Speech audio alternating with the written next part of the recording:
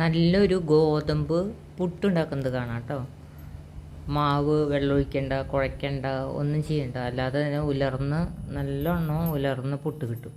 1 cup ഗോതമ്പ് പൊടി, 1 cup ചോറ്. നിങ്ങൾ ഏത് പാത്രത്തിലാണ് ഗോതമ്പ് പൊടി എടുക്കണേ വെച്ചെങ്കിൽ ആ പാത്രത്തിൽ തന്നെ ചോറ് എടുക്കണം. അത്ര മാത്രമേ ഉള്ളൂ. അത് നല്ലോണം ടീസ്പൂണോട് ഇളക്കി യോജിപ്പിക്കുക.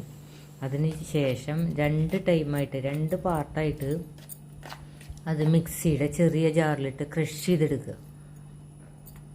ഒന്നിച്ചടിച്ച് കഴിഞ്ഞ് ഒട്ടിപ്പിടിക്കും. നല്ല ഇത് കണ്ടു, ഇതേപോലെ ഉലർന്ന് കിട്ടണത്.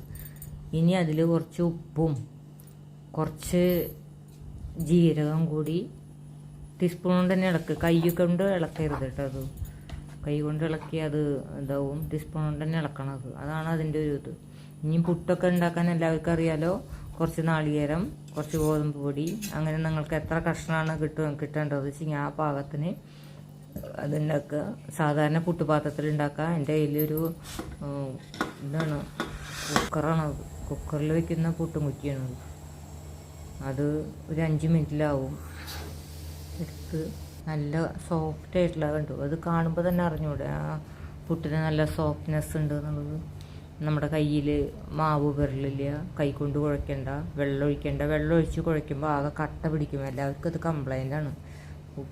ഈ ഗോതമ്പ് പുട്ട് കട്ട പിടിക്കും. നല്ല സോഫ്റ്റ് ആയിട്ടുള്ള പുട്ടാണ്. ഒരു ടൈമെങ്കിലും നിങ്ങൾ ഉണ്ടാക്കി നോക്കണം കേട്ടോ. ഇഷ്ടപ്പെട്ടാൽ ലൈക്ക് ചെയ്യണേ, സബ്സ്ക്രൈബ് ചെയ്യണേ, കമൻറ്റ് ചെയ്യണേ.